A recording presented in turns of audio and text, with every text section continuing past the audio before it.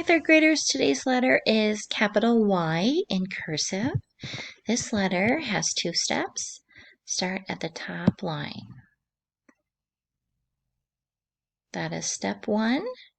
Then for step 2, we're going to trace over the line we just made here, go all the way past the bottom line, make the loop, and end at the dotted line. So this is step 1, and this is step 2.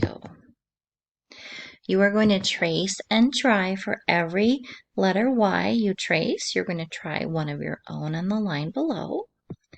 You're going to trace and try these words one time each. They are Yonkers, Yorktown, Yelena, Yolanda, Yvette. There are also 2 sentences to trace and try. Yasmin works in Yemen. Yoshi went to New York.